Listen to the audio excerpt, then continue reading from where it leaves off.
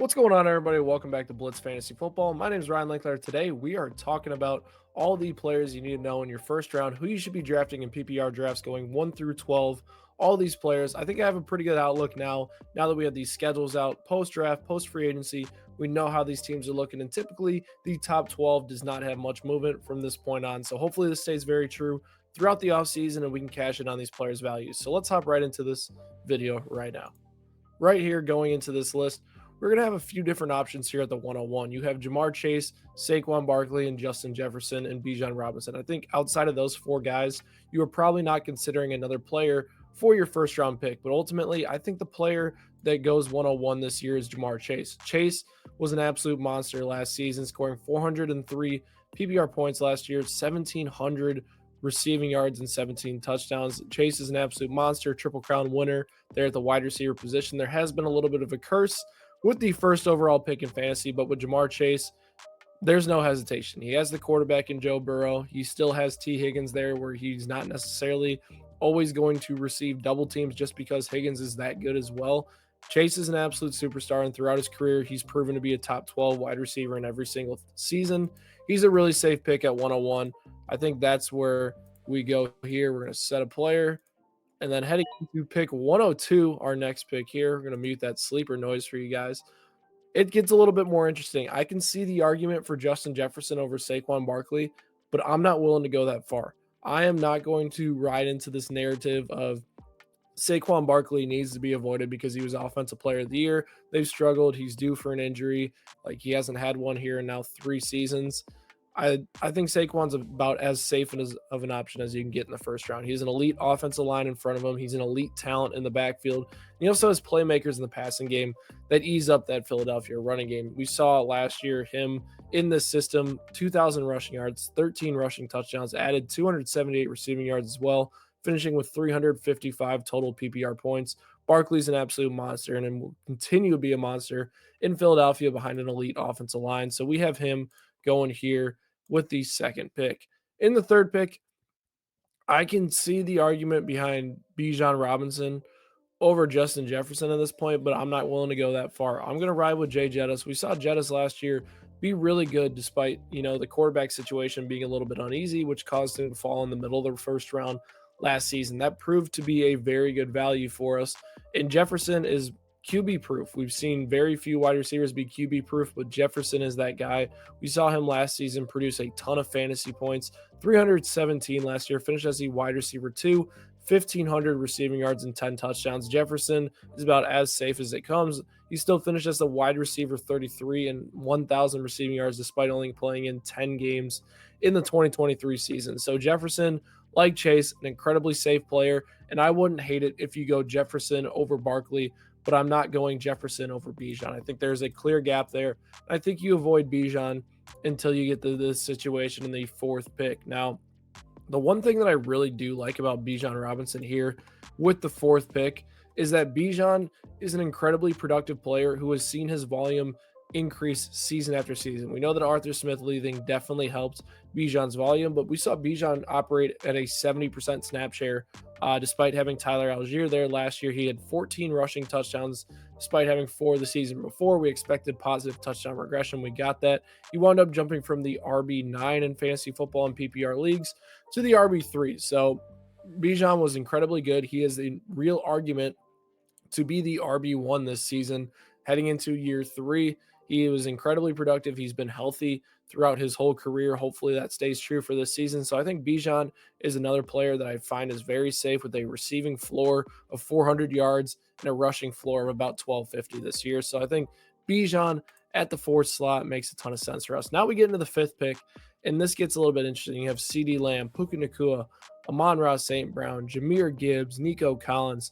What's very fascinating to me is there's a bunch of different routes you can go here. We saw CeeDee Lamb be incredibly volatile last season, but ultimately is still a great option there at the 5 slot. I truly think that, with some other players there, like Jameer Gibbs, we know what he brings to the table, that explosive playmaking ability. Who knows with the new offensive coordinator what he's going to look like there. But the player that I'm going to go here that might surprise people, it's Puka Nakua. I think Puka Nakua, fully healthy this season and rested after a long year. He struggled with knee injuries. The Rams struggled with injuries. throughout the year. I mean, the headline over here, he wants to retire at 30. Not great for dynasty purposes, but we're talking redraft right now, and Puka is about as safe as it comes. He had monster weeks last year. We're looking at 22 points, 41 points, 20 points, 25, and his floor is incredibly high on a weekly basis because Matthew Stafford force feeds his favorite guy, and that's Puka Nakua. I think when Nakua is healthy and he's on the field, he's a more productive player than CeeDee Lamb in fantasy football, but CeeDee Lamb is my sixth option here. Lamb, incredibly volatile last season with the quarterback situation in Dallas. We saw him and Dak have some struggles early on in the year, 13 points, 8 points, 11 points. That's not what you want out of that wide receiver one. We invested into CeeDee Lamb last season, which was a top 4 pick. He didn't cash in, but he still finished as the 8th overall ranked receiver last season, 263 points. He missed 2 games. So Lamb was still incredibly productive. He's a great receiver.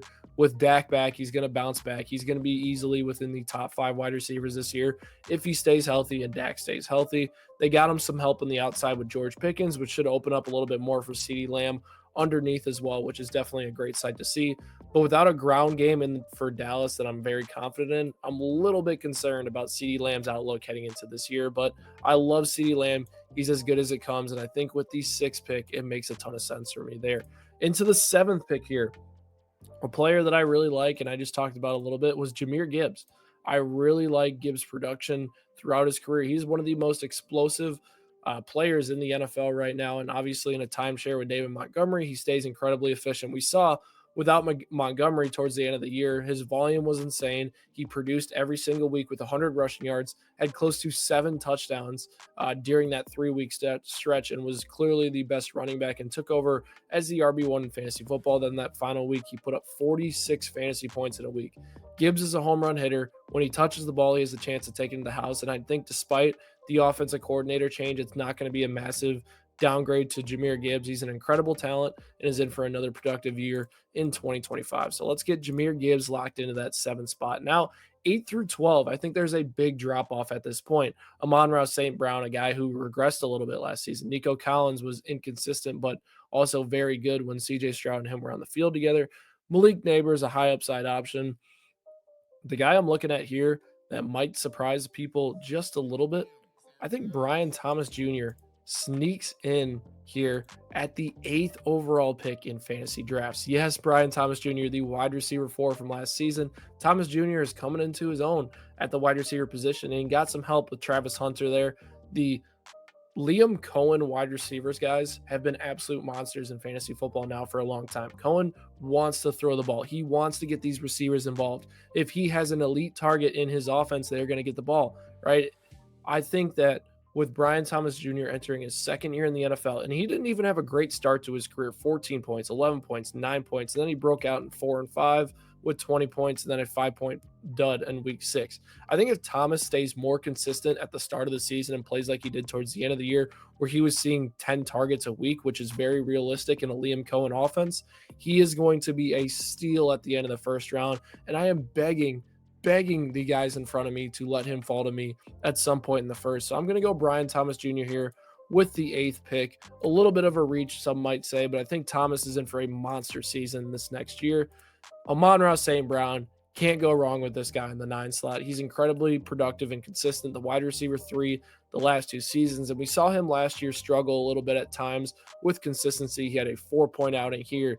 He mixed in an 8-point outing. We never saw that from Amon-Ra St. Brown in the past, but he is the wide receiver 1 for a Detroit Lions offense that has a ton of talent surrounded around him, which makes him a really good option. I think his floor is 6 catches, 70 yards every week. Really good player. He's only 25 years old still, and still Jared Goff's number 1 option. Expect another wide receiver 1 season for Amon-Ra St. Brown, but I don't know if he has the home run potential like he did before. So I like him at the 9 slot here. Really good, safe pick. And then 10 through 12 here, another very fascinating group of players. Nico Collins, I think, at the 110 makes a lot of sense. We saw Collins last season struggle with a lot of injuries, but was very productive when he was on the field last year. We saw him finish as the wide receiver 23, then the wide receiver 12 the year before. But I think if Collins stays healthy, we have a new Houston Texans offensive line. They got some rookies there. Nico Collins, Joe Mixon. That's the Houston Texans offense. It's going to run through these guys. If Collins is on, the Texans are on, and we all know the talent that he is. I think Collins at the end of the first makes a lot of sense. You could argue players like Devon Achane, Derrick Henry here as well, but I'm going with Nico Collins here at the 110. So lock him in there. Now, we have 2 slots left in the first round, and I think it gets very interesting here. And the one player I do want to select here in the 11th, Devon Achane. Devon Achane is in for a season. I tell you guys, he is in for a season. He finishes the 5th overall running back in PPR formats, and you'd be like, what? Devon Achane did that? The same guy that was incredibly frustrating last year at times in fantasy football? Yes, he did, guys. And that was with a really bad, beat up Miami Dolphins interior offensive line. Now they had a healthy Tua. They revamped their interior offensive line to improve their zone blocking scheme to create a more efficient ground game. And Raheem Mostert's actually gone. So Devon Achane is the true RB1 in this offense, should receive 18 to 20 touches a game. And we know that Tua Tagovailoa has to check the ball down because he's not very mobile. I think Achane is in for a monster season this year and could be an absolute steal at the end of the first or the turn here. And I think finding him here is a great pick.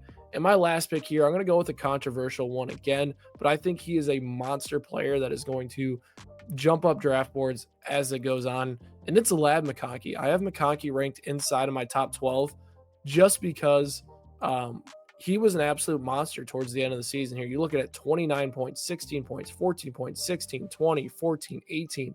He had some weeks mixed in here when he was starting to break out. He is clearly the lone star, as this article said, Los Angeles Chargers #1 fantasy option. This guy is an absolute baller for them. He is going to be a monster for the Chargers long term and going forward. And him and Justin Herbert's chemistry is just off the charts. These guys seem to find each other whenever they need it on third down, early on first down when they have a shot play. And it's not just like underneath routes with McConkey in the slot. He's able to hit these home run shots that make him an incredibly intriguing option. I know they added Trey Harris. They brought back Mike Williams for the outside receivers. I'm not worried about it all.